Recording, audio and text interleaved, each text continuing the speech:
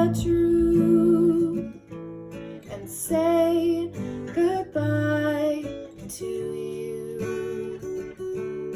It breaks my heart in two to say goodbye to you.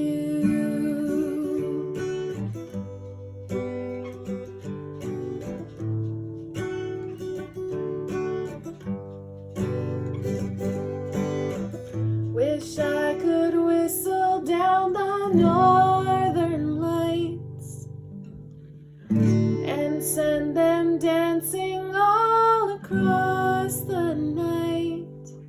Maybe then in my memories for saving one last time, you're on the hill waving from afar. One last glance or two, and I'll say goodbye to you.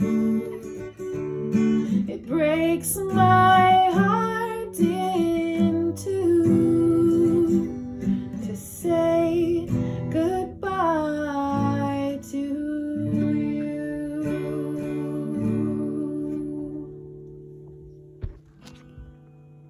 You who dwell in the shelter of the Lord, who abide in his shadow for life, say to the Lord, my refuge, my rock in whom I trust, and he will raise you up on eagle's wings, bear you on the breath of dawn, make you to shine like the sun, and hold you in the palm of his hand. The snare of the fowler will never capture you, and famine will bring you no fear. Under his wings your refuge, his faithfulness your shield, and he will raise you up on eagle's wings, bear you on the breath of dawn, make you to shine like the sun, and hold you in the palm of his hand. You need not fear the terror of the night, nor the arrow that flies by day. Though thousands fall about you, near you it shall not come, and he will raise you up on eagle's wings, bear you on the breath of dawn, make you to shine like the sun, and hold you in the palm of his hand. For to his angels he's given a command to guard you in all of your ways. Upon their hands they will bear you up, lest you dash your foot against a stone. And he will raise you up on eagle's wings, bear you on the breath of dawn, make you to shine like the sun, and hold you in the palm of his his hand, and hold you in the palm of his hand.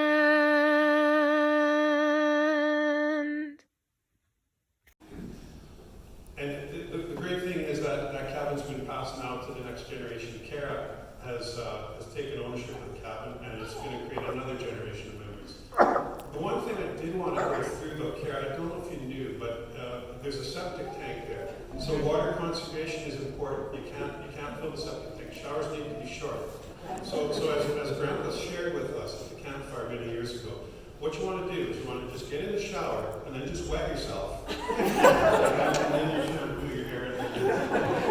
And you can't make it up.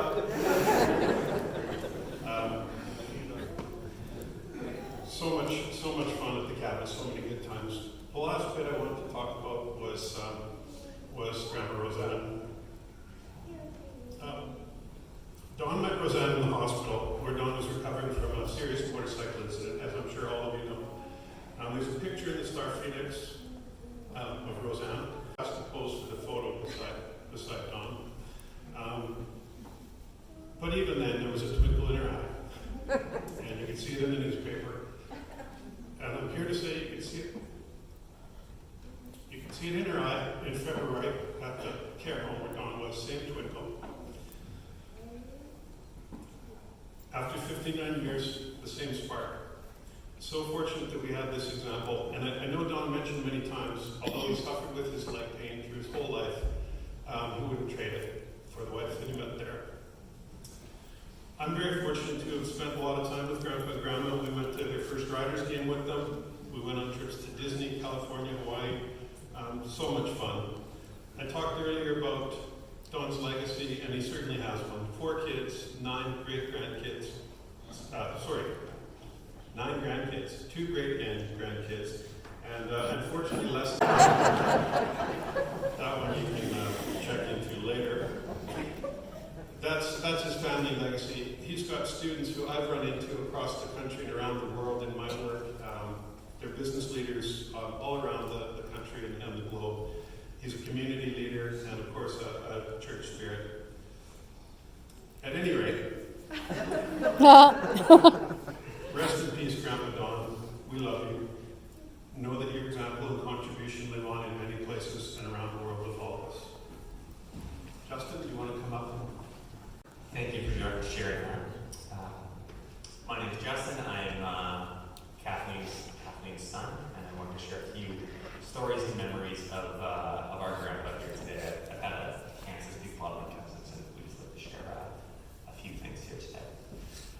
Over the last week, there's one memory that's I've spent a lot of time thinking about, and it was on the passing 20 years ago of my other grandfather and Grandpa Kay, working at the funeral home at the time as our chauffeur, picking us up from the house. And I was thinking about that moment this week and how comforting his presence was at that time, and then kind of how the next 20 years of having him in our life as our grandfather was really special. So, speaking of being a grandfather, he was great at grandfatherly things, teaching us how to build a campfire, how to fish.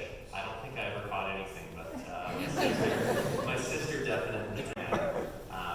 For us, and every time he'd come visit us, whether we were in Lloydminster or Sarnia or in Calgary, Grandpa would show up, and my mom would hand him the fix-it list that would keep him busy for the week. So there's structures all across Canada held up with Grandpa's handiwork.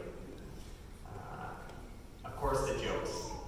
My personal favorite was when you'd ask Grandpa if he wanted a drink, he'd reach his arm behind his back, give kind of a pained look, and go like this. I was like, "Oh, Grandpa, what's wrong?" And he said, "Oh, twist my arm."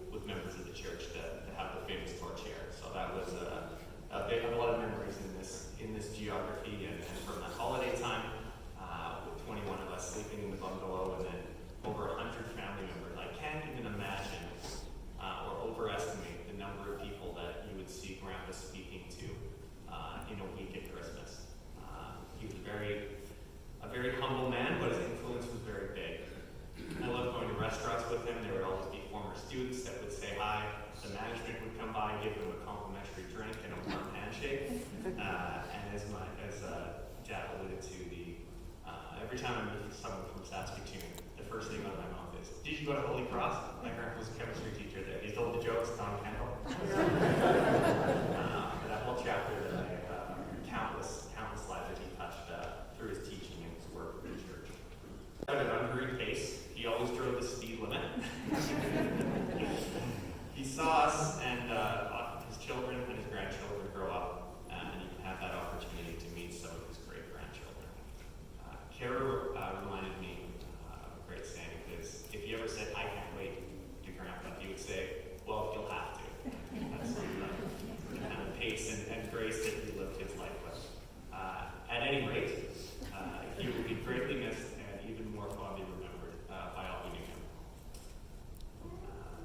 And with that, family, we'd like to thank Father April, Father Glider, and the music ministry here today. Parish staff, including Father Mike, Father Ken, and our parish nurses, with Knights of Columbus and the Saskatoon Funeral Home for the service here today. To the staff at Central Haven, Home Instead, CPAS, and Home Care, as well as the many family, friends, and neighbors, especially those at St. Vladimir's West Fork, who have given your prayers, encouragement, care, months, and years. Please join us now for a light